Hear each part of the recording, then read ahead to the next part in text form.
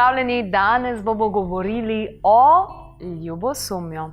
In ne samo tistem ljubosumju, ki se ponavadi oziroma ki se lahko razvije zaradi partnerskega odnosa, dotaknili se bomo tudi tistega ljubosumja, ki ga mogoče čutimo v službi ali pa do uspešnih, bogatih ljudeh ali pa tisti, ki so si, ne vem, kupili nov avto. Skratka, ljubosumje bomo govorili in se tudi vprašali, ali je ljubosumje dedno, je to nekaj, kar je del naše osebnosti oziroma je to neka osebnostna lastnost, je to že v karakterju neke osebe, da je dejansko ljubosumen. In kar se mi zdi, da je najpomembnejše vprašanje, ki si ga bomo zastavili, kaj pravzaprav potrebujejo ljubosumni ljudje? Kaj ljubosumnim ljudem manjka, da so ljubosumni? Krasno sogovornico imam, Edito Tomič, mnogi jo poznate kot grafologinjo, nekateri kot osebno svetovalko, mentorico za zdrav življenjski slog in za razbremenitev čustvenih težav. Mnogi jo poznate tudi preko njenih seminarjev, Theta Healinga, skratka, ženska, ki je v svojem življenju pridobila res ogromno znanja, mnogo le tega ravno preko svojih izkušenj. In mislim, da je tole krasna tematika in verjamem, da boste povedali te stvari, ki jih boste danes vedeli v oddaji še komu drugemu. Lepo pozdravljena, dobrodošla, Edita. Kar na začetku bi rada odgovor, ker ne rada dolgovezim, je ljubosumje človekova lastnost, neka osebnost, prirejena, karakter, kakorkoli pa že, ali ne? Ne. Ne. Ljubosumje ni prirojeno, ljubosumje je obrambni mehanizem, ki se razvije tokom našega življenja. Zdaj, da so ljudje generacijsko ljubosumni v eni družini, pomeni, da imajo podobne strahove. In ljubosumje se razvije zaradi tega, ker se mi počutimo ogrožene. To je pač v naši genetiki, ker vsi izhajamo iz živalskega sveta in v živalskem svetu je to normalno. To je občutek ogroženosti, to se pravi, čuvajo svoj teritorij, svoj trop in tako dalje. Mi smo pa razmišljujoča bitja in nas učijo in prilagajajo celo življenje. Zaradi tega se razvije potem, smo non-stop na preži, non-stop smo v krču in non-stop imamo občutek ogroženosti. In seveda, potem je to obrambni mehanizem, se razvije v ljubosumje, tekmovalnost, zavist, škodoželjnost in tako dalje. To se seveda začne razvijati že tudi v družini, sploh če je več otrok, tekmujejo za naklonjenost staršev. Čeprav seveda, veste, pa priznati si, da si ljubosumen, si je zelo težko. O, seveda. Najprej rečeš, ne, nisem. Nobeden od nas ne želi biti ljubosumen, zavisten in tako naprej, ampak vsi imamo ta obrambni mehanizem do določene meje, seveda. Če se ga zavedamo, potem vemo, da je to odraz nekega strahu. Ljubosumni smo lahko na veliko stvari, pravzaprav na vse stvari, kjer se lahko počutimo ogroženi. Tako je. Ko rečemo, sploh na osebnih svetovanjih, je običajno tako, veste, vse naredim za druge, nihče ne poskrbi zame, vsi nič ne delajo, pa imajo boljše plače in tako naprej. To je prvi pokazatelj, da se je pri osebi razvil obrambni mehanizem ljubosumnost. Ampak seveda si to nočemo priznati. Noben ne pride verjetno k tebi pa reče, jaz imam pa težavo ljubosumenca. Ne, normalno, da ne. Ampak potem pogovora in pa iskanja, kako reagiramo v takih situacijah, pridemo vedno do te izhodiščne točke in biti ljubosumen in si priznati ni nič slabega, ker s tem ozavestiš neko lastnost, ki misliš, da jo imajo drugi, a potem lahko začneš kopati strahove. Česa me je strah, zakaj se počutim ogroženo. In zato lahko kar povem en primer v službah, naprimer, ne? Ja. Zelo tipično tako, pride v neko skupino, ena mlada, luštna, nova sodelavka, izobražena, naprimer z magisterijem in tako dalje, ne? In potem se seveda takoj v kolektivu naredi kolektivni miselni vzorec, da je prišla po vezah, preko ne vem kakšnih drugih variant, in ji vsi nalepijo, kako nič ne zna, kako je brez veze in tako dalje, ampak to je samo odraz strahu, ker se počutijo ogrožene in so potem ljubosumni. In to je v bistvu ta čredni nagon. Hitro prevzamemo, ker se bojimo, da bojo ugotovili, da pa mogoče ona malo več zna, kot pa jaz, čeprav imam jaz toliko prakse in pa let. Velikokrat se pogovarjam z lepimi, privlačnimi ženskami, ki so tudi podjetnice, in velikokrat povedo, da je zmotno, veliko ljudi misli, da zaradi tega, ker so pa lepe, bodo pa bolj uspešne, pa bolj prodorne in vse ostalo, medtem ko govorijo o tem, da pravzaprav so ljudje zavistni, ljubosumni, sploh ženske, in težje uspejo zaradi tega, ker vsi mislijo, da je prišla do te pozicije, do te točke zaradi svoje lepote, ne zaradi znanja in sposobnosti. Tako. Ampak to je v bistvu ta kolektivni miselni vzorec na globalni ravni, da vse manekenke, vse misice nimajo razvit intelekt, in da vse to pridejo samo zaradi zunanjega izgleda in tako dalje. Ker ali imaš pamet ali pa lepoto. Tako, ker je bilo to včasih ta stereotip. Jaz se tudi spomnim v turizmu. Naprimer, na sejmu so vedno bile hostese na šalterjih od agencij, lepe, urejene, super. Ampak potem so pa le delodajalci ugotovili, da mogoče pa tolih ni najboljša varianta, da je zelo fajn kombinacija, če punca tudi pozna materijo. Jaz ne pravim, da one niso pametne, ampak niso bile strokovno podkovane. Skratka, ljubosumje se pojavi velikokrat in na različnih nivojih pravzaprav. Je pa skupno ljubosumju, da si ga ne priznamo. Ne, nikakor si ga ne priznamo, bežimo s tem, bežimo z odgovori in seveda manj, ko si ga priznamo, težje je to za nas, ker se ljubosumje potem razvije v jezo. Ker če sem jaz ljubosumna, potem opravljam nekoga, sploh sodelavko, nič ne dela, ima boljšo plačo in tako naprej, potem se mi razvije občutek krivde. Kot da sem nekaj slabega naredila, se razvije slaba vest. Ker pa nosim to slabo vest, se pa dolgoročno razvije jeza nase in pa seveda jeza na okolico, jeza na partnerja.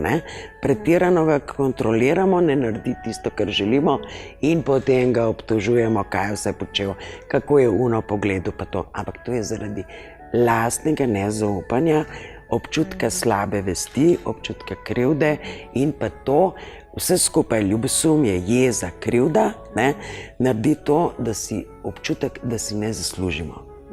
Smo lahko vrhunski športniki, imamo lahko vrhunsko idejo, pa jo ne bomo sprovedli, ker se spomnimo nekje v zadnji, kako smo grdo mislili, kako smo bili zavistni, ljubosumni in tako naprej. Ampak da prideš do tega, se moraš ukvarjati s sabo in ti ljudem pokažeš pot in seminarji teta healinga in z osebnim svetovanjem in vsemi temi zadevami. Se pravi, moraš se ukvarjati s sabo. In jaz sem bila tudi v življenju ljubosumna, večkrat in zelo, zelo veliko. In kar sem ugotovila pri ljubosumju, je bilo to, da moj vzorec, ki je bil takrat, jaz nisem dovolj dobra in vsaka druga je boljša kot jaz. Tako je, ker si ne zaupaš. In potem, naprimer, vsak pogled partnerja ali pa šefa ali da se nasmehne sodelavki, naš pretolmači, zakaj bi se pa meni, ker jaz tako in ko nisem vredna tega. Ampak Edita, po tvojih izkušnjah že leta in leta pomagaš ljudem, hodijo k tebi na pogovore, pomoč na različne načine. Smo bolj ženske nagnjene k ljubosumju ali bolj moški? Ženske ga bolj izražamo. Na ženskem obrazu še že videti, ne, sploh v partnerski zvezi ali pa tudi v službah, da pokažejo to, ne. In potom opravljanja, ker opravljanje je tudi obrambni mehanizem ljubosumja, dajo to ven. Pri moških je pa to, da si tega ne priznajo, o tem ne govorijo, ker izpadajo slabiči. In še bolj trpijo v sebi. Ker res, jaz imam 70% moških strank, tudi na seminarjih in tako To je naprej. neverjetno. Ja. Očitno sem taka bolj prizemljena, ne, zgledam, ne, bolj konkretna in direktna in imajo radi. Se izpostavi zaupanje, a ne, in seveda so ljubosumni, seveda se počutijo še bolj ogrožene kot ženske, a ne, ampak lažje je to popiti kakšno pivo, a ne, in se potem to malo ublaži, ampak ne dolgoročno. Kaj bi pa svetovala ženskam, ki imajo doma moške, ki so izjemno ljubosumni? Prva zadeva je, ne, je treba sploh ugotoviti, če je moški res ljubosumen. Da ni to vzorec od same gospe. Ne? Ker če imam jaz nizko samopodobo, ne, pa če si jaz ne upam reči, ne, naprimer tako dostikrat slišim, ja, mož je bil zelo ljubosumen, nisem smela iti nikamor na potovanje in to, jaz rečem, zakaj pa niste vprašali, zakaj se niste postavili zase. To se pravi, je strah pred zavrnitvijo, ne? Ali pa strah, kaj bo pa partner takrat počel, ko mene ne bo. Ne? To je prva stvar, ki je treba pri osebi ugotoviti, ali je dejansko tudi pri njej ta vzorec, ali je partner dejansko ljubosumen. Se pravi, ne? da ga vpraša ne, če lahko, ampak kako bi se ti počutil, če bi jaz šla. Tako, ne? Ali pa poveže, zdaj pa grem, a ne, pa se zdrava presoja. Ne? Kaj pa to? Velikokrat in tudi pri sebi sem to ugotovila, da sem to že naredila v življenju, da sem moškega želela narediti malo ljubosumnega, a ne? Zato, ker sem imela občutek, da vidim, če me ima rata. Ne? Če je ljubosumen, malo mi je kar malo pasal v tem smislu, ker kako me ima rad, ker je malo ljubosumen. Ja, to je v bistvu nezaupanje vase, a ne? In prepričanje, da niste dovolj dobra za njega. Ker jaz sem ogromno hodila v turizmu okrog in moj partner tudi nikoli ni pokazal, da bi rekel pa ne, da je ostan doma, sicer bi jaz vseeno šla, ne, trmasta kot sem, ampak sem se spraševala, a ima sploh kaj rad, ne, kaj pa zdaj on počne, ne, pa tudi on je bil na terenu, kaj pa on dela tam, pa je vedno rekel, nikjer nisem bil, ampak vse je vedel, kaj se je dogajalo po lokalih, po diskotekah in tako, ne. Sam sem ugotovila, če jaz začnem sebe razjedati z ljubosumjem, ne, in pa njega, seveda je to konec zveze, ker potem je to pekel, ker ne zaupaš sebi in manj, ko zaupaš sebi, več v bistvu nalepk lepaš partnerju, pa mogoče sploh ni nič kriv. Kar sem jaz ugotovila, pa me zanima tvoj pogled, da ljubosumje lahko popolnoma uniči krasno zvezo, Ja. razpade lahko družina zaradi tega ljubosumja, oziroma navlečeš nase kar težke diagnoze, rakave in takšne drugačne, če živiš v ljubosumnem odnosu, ali je zdaj to poslovni ali partnerski, nima veze. Ja. In kar sem ugotovila je, da je najboljša rešitev za ljubosumje, in tako sem se tudi z lastnim spopadla, to, da jaz sebe sprejmem, pa da ugotovim, da je taka, kak sem čist okej. Tako. In da če bo on šel kam drugam, ali pa s kakšno drugo, ali pa kakorkoli, je v redu, itak jaz nočem potem biti z njemu, če je kakšna druga boljša za njega, ker to pomeni, da sem jaz potem boljša za nekoga drugega oziroma z nekom drugim. Ne? Se pravi, vse je v redu. In če že misli kam iti, pol ne čim prej gre. Ja, ampak stvar je v tem, ne, jaz na to gledam malo drugače. Ne. Če bom jaz do tega partnerja, ne, se obnašala normalno in če bom imela jaz občutek stabilnosti, notranjega miru in pa da se ne bom ukvarjala s tem, ali sem dovolj lepa za njega, ali sem predebela, ali kaj vse naprej in se iz tega razvija ljubosumje, potem ga tudi ne bom najedala in ne bom imel nobene potrebe, da gre drugam.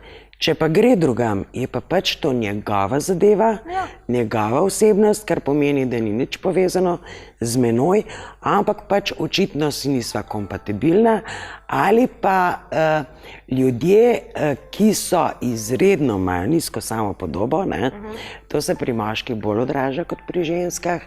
Če ima izredno nizko samopodobo, bo non-stop menjal partnerice. Zaradi tega, ker se ni sposoben čustveno odpreti, navezati, ker ga je blazen strah pred prevaro, pred vsem tem in raje skače tako naokrog površinske veze. Ne? Ker ljubosumje je res razje lahko celo družino, ne? Se kaj je pa tudi dediščina. Ne? Pri dediščini, ne, se razvije ljubosumje in pa zamere za generacije zaradi mogoče 1 kvadratnega metra zemlje. Zaradi tega, ker imamo občutek ogroženosti, ne, da smo mi nekaj manj dobili, da smo vedno ta zadnji.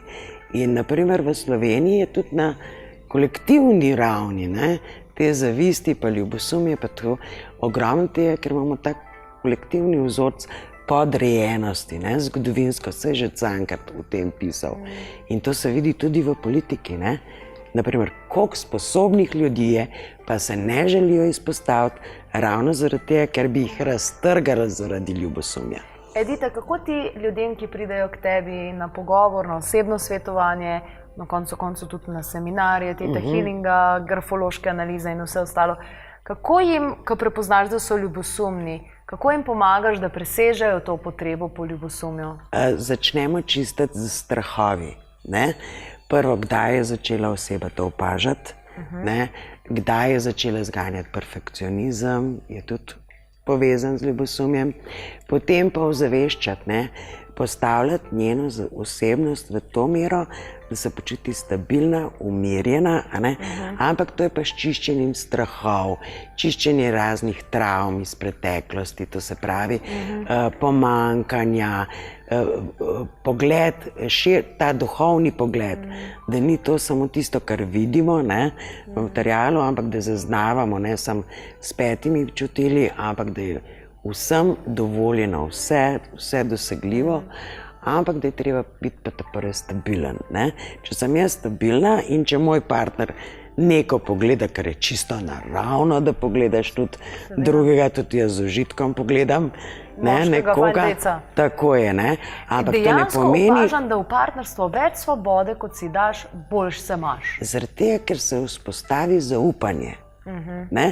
To se pravi, če se jaz ne ukvarjam, kaj moj mož počne 3 dni nekje, če sem jaz nekje ali on, ko pride domov, ne, ni zasliševanja ali pa ko jaz pridem, ampak se pogovarjaš, kaj se je dogajalo. Ne? Saj smo zreli, to se pravi, če hočeš nekoga prevarati, ga lahko za prvim vogalom. Ampak to pomeni, da je z mano nekaj narobe, pa tudi v tem partnerskem odnosu. Najhujše pa to, da hočeš partnerja na vsako silo narediti ljubosumnega, da bo pa potem boljše. S tem si uničil vezo, ker to je potem non-stop prisoten strah. Ne? Se pravi, ljubosumje ni nikoli odgovor, ni nikoli rešitev, je pa nekaj, zaradi česa je lahko tvoje življenje pekel. Absolutno, ne? Ker se skozi jeziš, skozi obtožuješ druge, vsi so drugi krivi. Ne? Na obilju se to zelo pozna, ker če si ti ljubosumen zato, ker ima sosed več ali sodelavec več, zopet stagniraš, ali pa se prekomerno zadolžuješ zato, da se vidi navzven, ne, kupuješ stvari, ki jih sploh ne rabiš, zato, da drugi vidijo, ker non-stop je tekmovalnost, ne. Ljubosumje izčrpava naš organizem, ne. In ta jeza pa grenkoba pa tako naprej se zelo odraža v želodčni kislini, to se pravi, začne peč, ne, želodec, jetra, ker je grenkoba, žolčni kamni in tako naprej. To je zelo, zelo tudi na fizičnem telesu se zelo pozna, ta ljubosumnost in pa tudi neprestano imaš to obrambno držo, ne? Ja. Mora biti vse Pripravljen za napad. vedno v pripravljenosti, ne? Najlepša hvala, Edita, za vse stvari, ki si nam zaupala. Danes smo govorili torej o ljubosumju in pomislite torej, ali ste na koga ali kaj v svojem življenju ljubosumni in dajte se malo začeti ukvarjati s tem. Sicer pa kakšen pogovor ne bo škodoval, če že imate frizerje za lase, pa avtomehankarje za avto, je fajn, da imate še za svojo dušo koga, da se z njemu pogovorite. In evo, lahko greste Editi, če vas je poklicalo in predvsem, kar je najbolj pomembno, pa to, da se ukvarjate sami s sabo in da si ne dovolite živeti v slabih občutkih, še najmanj pa v ljubosumju.